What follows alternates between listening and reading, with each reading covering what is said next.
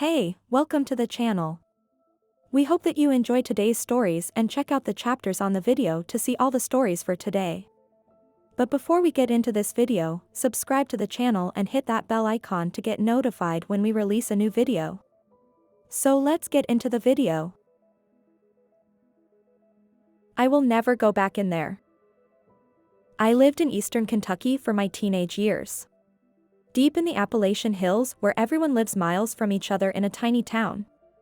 I wanted to tell you this because I'm 29 now and it still affects me every month or so. Where we lived so far from the city, we didn't have much to do, so we drove around and went ghost hunting or had sleepovers at friends' houses or parties in the woods. This night was in the middle of July. I was 17. We decided to visit this abandoned church the guys were telling us about. Our usual group was 3 guys and 3 girls including me. One of the guys was with his friend and we never had service to tell him where we were going, so it was just 5 of us in the car. The abandoned church was in a hollow, far from town into the hills.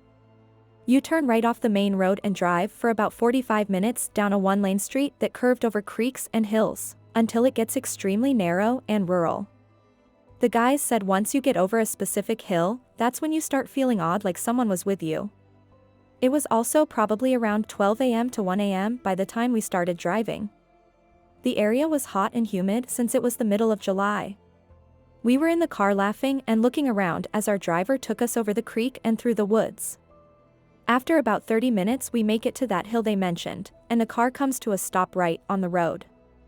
They turn the lights off and we wait and wait.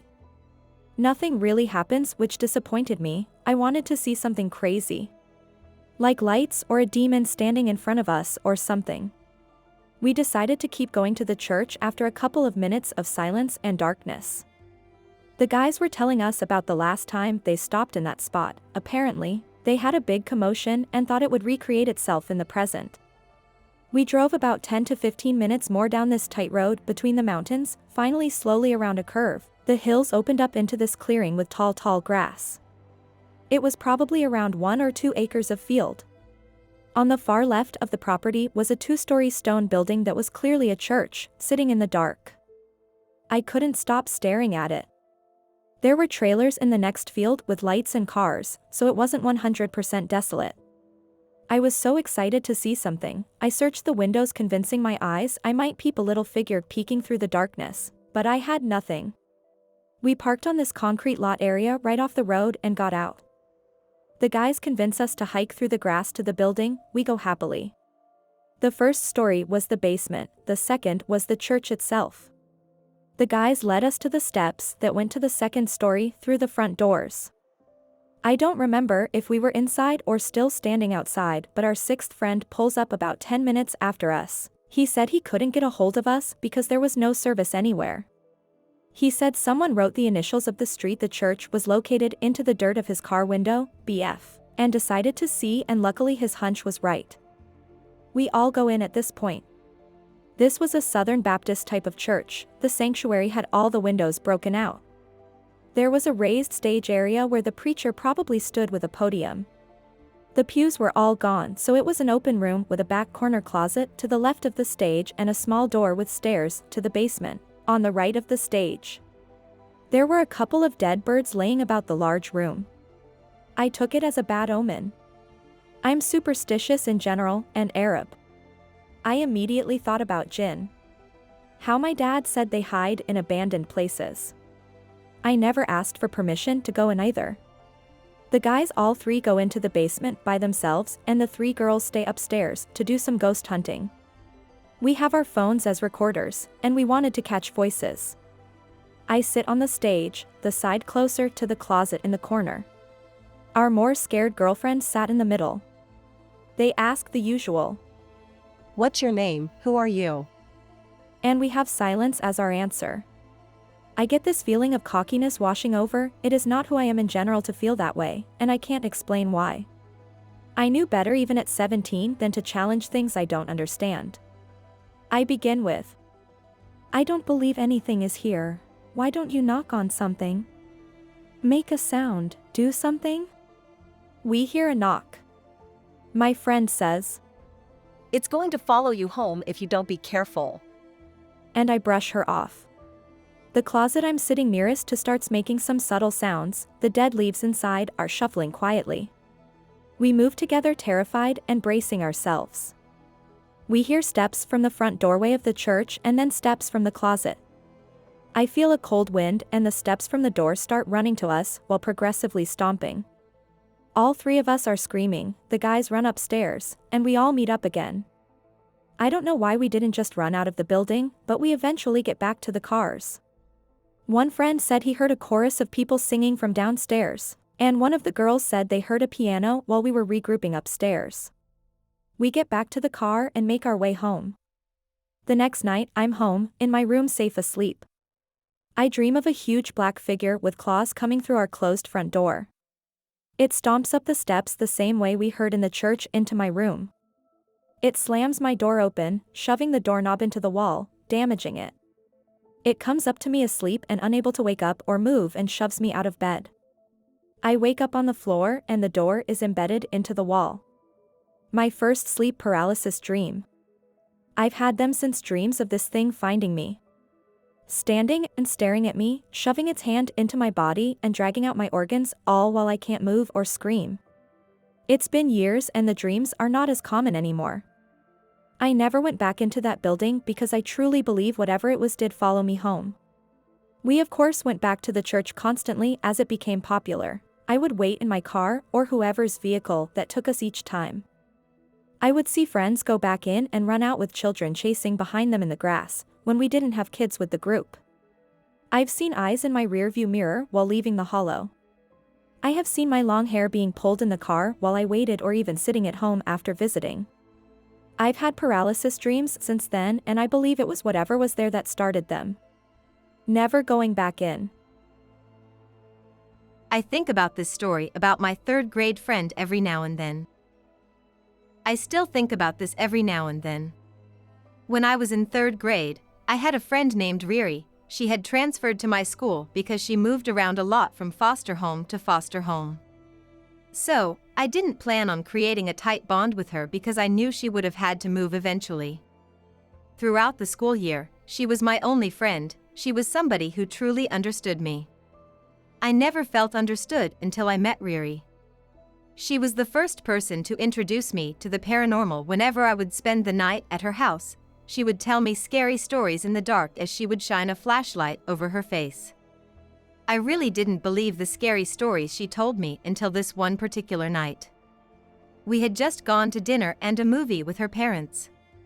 When I would spend the night, we would have a bedtime, and it was 8 p.m., exactly on the dot. But Riri and I never followed that rule. Whenever we knew her, our parents went to sleep, we would go downstairs and watch TV in the living room. So, we did, that one particular night. As we sat on the couch, she started telling me that she would see this man and his dog every single night. He usually minded his business and didn't speak. He would just wander around the house with his dog. As the night went on, I thought to myself that Riri was lying to me to try and scare me. You know how elementary schoolers are. They often have a bad habit of lying. But as we sat there on the couch watching TV, I looked behind me and there was the man with his dog going up the staircase. The man had a top hat and a tuxedo on, and his dog was what looked to be a golden retriever. Riri didn't have a scared look on her face like I did. I remember being so scared I had to sleep in my mom's room for a couple of weeks. If anybody has had a similar experience, please let me know. Could this be the Hat Man?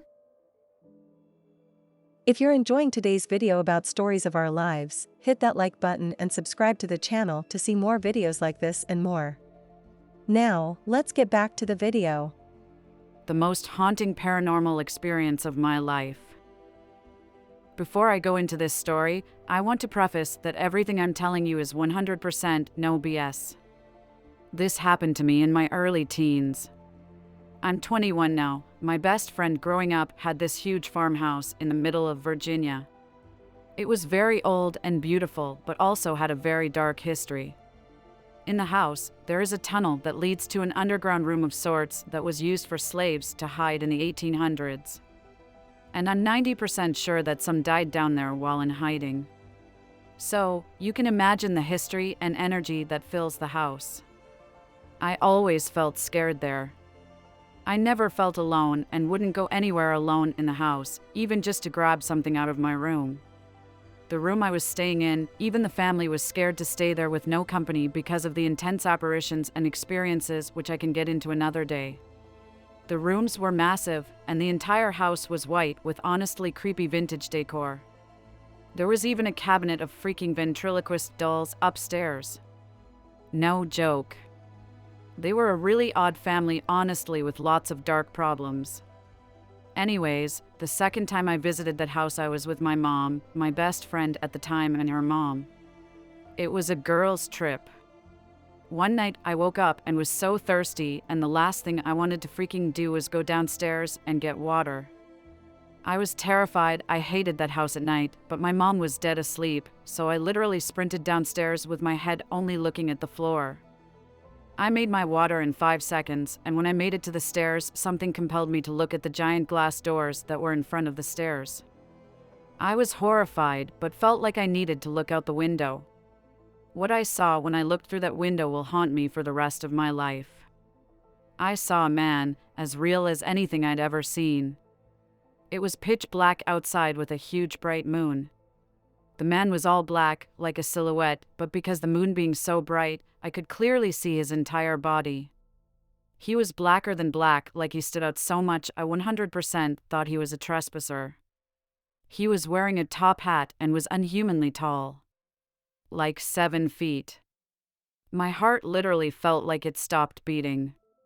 I felt like I was in a trance. I was so unexplainably horrified, but I couldn't look away. He was moving a little bit, almost like breathing.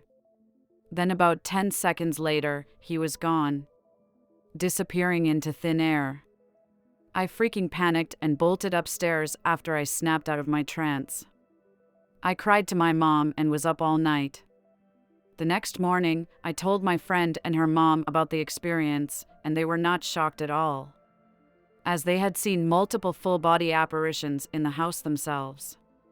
The nanny that worked for them even refused to go into some rooms of the house. I never went back to that house again. Heartwarming paranormal encounter. I'm hoping I can share this here. Thinking about it gives me chills and equal comfort and also makes me cry. It happened to my son when he was 4. One day he told me that he had seen a ghost in his room. At first, I was really worried, but I believed him straight away, as I have had my own paranormal encounters. Some good, most very bad. So I asked my son, "Really? What did it do?" He answered with nothing. He just looked at me and smiled. I asked him if he said anything to him and how did it make him feel.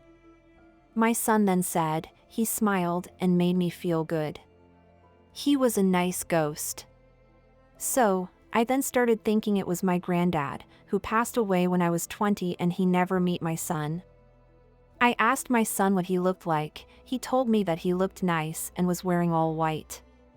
A week later, I subtly put a photo of my granddad on the fridge and didn't let my son know about it. When he noticed the photo, he was yelling at me so excited saying, "Mom, that's the nice ghost," and just kept repeating it. My granddad was also buried in a completely white suit. I cried when my son said this because I would always say to him, "I wish you could have met my granddad. He would have loved you so much." Also, we live in my granddad's house and my son's room was my granddad's. I miss my granddad every day. We were very close. But this brought me so much comfort. Thanks for watching, and if you enjoyed today's video, hit that like button and subscribe to the channel to see more videos about stories of our lives. Click on one of these videos to watch more and see you soon.